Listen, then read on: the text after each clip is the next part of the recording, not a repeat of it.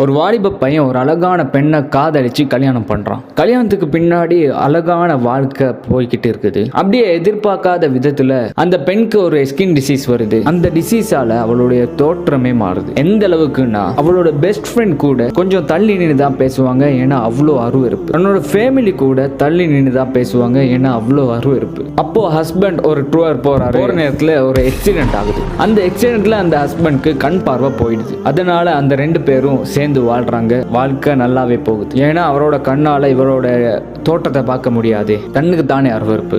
அதனால ரெண்டு பேரும் சேர்ந்து வாழ்றாங்க. அழகா சந்தோஷமா லைஃப் போகுது. அப்போ திடீர்னு அந்த பெண் மரணிக்கிறான்.